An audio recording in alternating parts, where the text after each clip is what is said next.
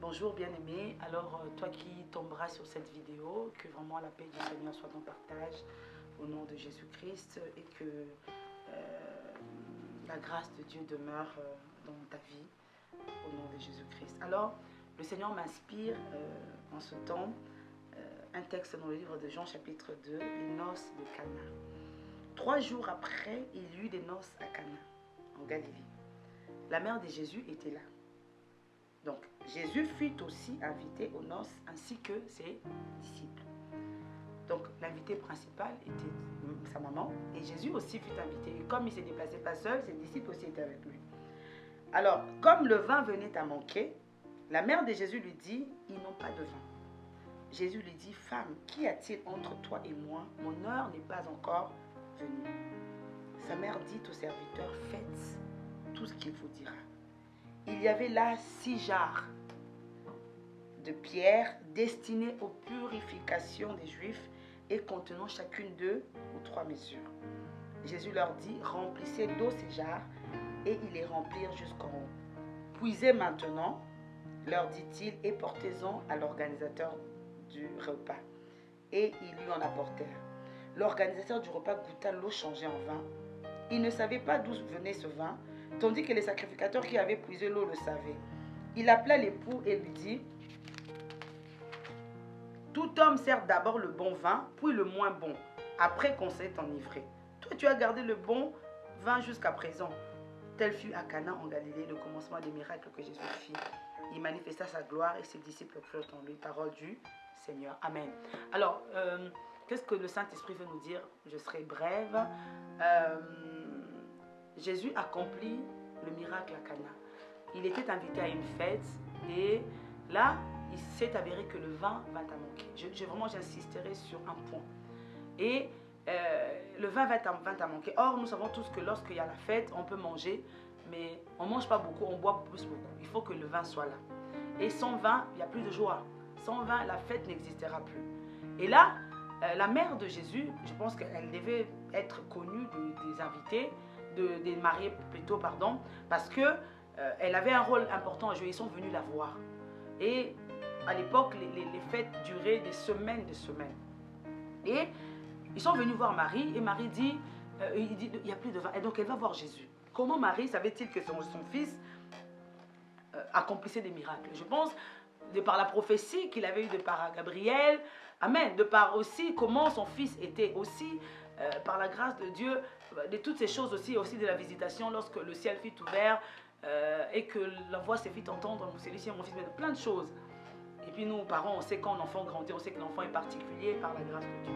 Et là, il se passe maintenant quelque chose d'extraordinaire. Jésus dit, mais femme, qu'y a-t-il entre eux? Ce n'est pas encore mon heure. Et là, elle va dire au serviteur, faites tout ce qu'il vous dira. Amen. Amen. J'aimerais vraiment t'encourager. Tu sais, dans la vie, bien-aimée, on n'a jamais rien sans rien. Ça, c'est ce qu'on nous a toujours dit. Mais avec le Seigneur, on a le package. Si on obéit à sa volonté. Amen. Il nous donne et ce qu'on veut et le bonus ou le surplus de ce qu'on désire. Amen. Et nous devons simplement faire tout ce qu'il nous dira. Et là, Jésus maintenant leur dit, et la Bible dit, il y avait 6 vases qui étaient destinés aux purifications parce que les Juifs avaient l'habitude de se purifier. Mais ces vases-là étaient des vases d'usage vil. Amen. Oh, j'aime le Seigneur.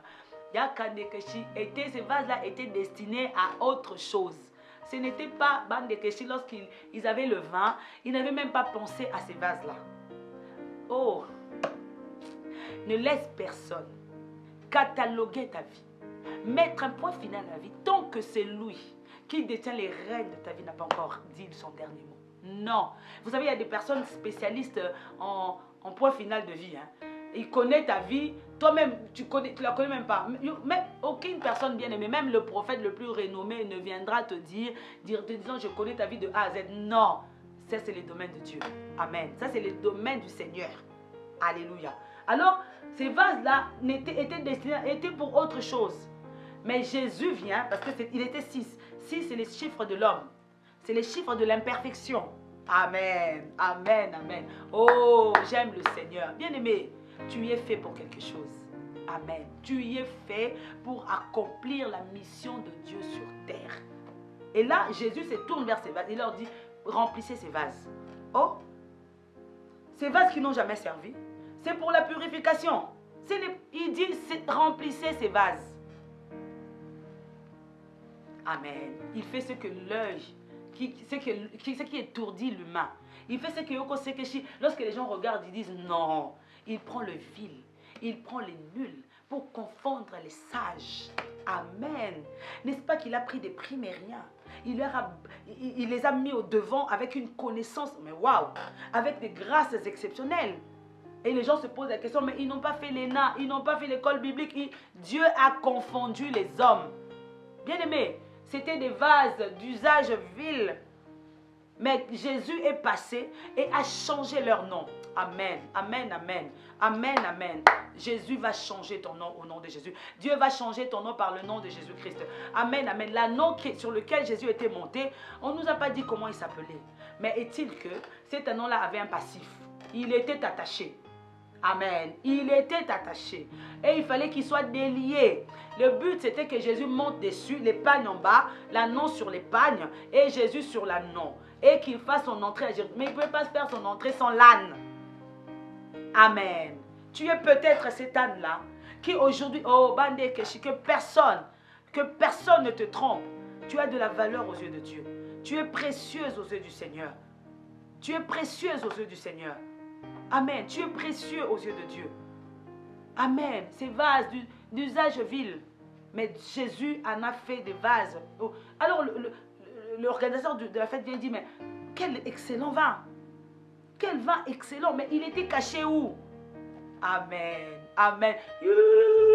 Alléluia. Là où les hommes ont mis un point final, là où les hommes ont dit c'est fini, Jésus va commencer une nouvelle histoire avec toi. Et les hommes vont se retourner et dire, waouh, de qui es-tu fils? De qui est... Vous savez, lorsque tu arrives, tu n'as pas d'antécédents familiaux connus. Mais tu arrives, les gens disent, c'est qui ton père? J'aime l'extrait, si je peux me permettre, du Titanic. Alors on voit Jack Dawson qui vient, alors dans le bateau il dit, on lui demande, es-tu Jack de la famille de... Non, il dit simplement Jack, son nom. Et il dit, mais qu'est-ce que tu fais là? Il dit, non, je dors derrière, mais j'ai de l'air dans mes poumons. Je suis aujourd'hui dans le plus beau paquebot du monde et tout. Voilà, il était un homme. Il a compris que quelque chose dans sa vie devait changer. Mais toi, tu as Dieu. Tu es rangé là, vase de purification. Mais attends ton heure. Amen. Attends ton temps. Le Messie va passer. Il va changer ton utilité. Amen. Oh Jésus. On ne parlera plus de toi comme jarre de purification, mais on parlera de toi comme jarre contenant l'excellent vin. C'est ça la gloire de Dieu. En tout cas, ne t'avoue pas vaincu. Tu passes par des moments compliqués, des moments difficiles, des moments... Oui, mais ça c'est ton histoire.